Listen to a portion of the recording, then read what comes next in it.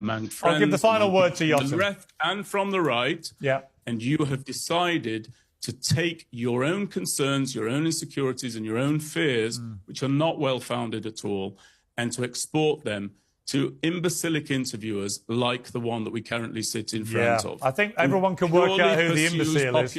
Everyone can work out who the imbecile is. He blows whichever way the wind takes him. Okay, that thank you very much, Benjamin. Will be remembered. If you don't shut up, we are going to cut your mic. So if I were you, shut up and let Yotam have the last word. I work with many of the hostage families. Oh, shut up, please. Yotam. You do not speak for them. All right, cut his mic, please. You do not speak for them. Cut his mic. I work with the hostages. Okay, thank you. Yotam, final word to you. Okay, the cynical use now of the host family is outrageous. I won't even comment about that. I would say I think we both saw the amount of destruction, and you see death. That's part of war.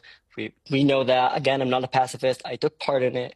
I am very concerned by the amount of death and destruction in Gaza, and I think everyone should be. Yeah, and you know what, Yotam? It's unfortunately, Yotam, I've got to jump in because we run out of time because I've got my next segment waiting. But I would just say the reason I pursued this issue of the numbers of people who died is because having tried to discredit you by saying you were believing the Hamas numbers, actually the numbers he then gave were significantly higher than anything Hamas has tried to claim have died. So I thought that was very relevant.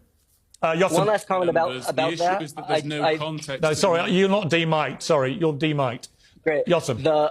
My last comment about that is, again, we could hold in the modern world, in the modern a moral stand. We could hold several, we could hold something that could be justified under a state of war, as, having casualties, as, not having this sense of criminalization. But you can't hold that forever. You can't say, yeah, we're going to go through an endless war with no period of time. I agree. Where you see, and then you say, okay, this is how war looks like. Yeah. This is not, at some point you have to, even under humanitarian law, you could hold occupation. Like that's an option under international public law. You could do that. Yotam, I've got to go. I'm sorry. Forever. Yotam, I've got to go. I really appreciate you coming on. I think it's very significant that we've had a former IDF sergeant and current IDF reservist who thinks over 90,000 Palestinians have been killed.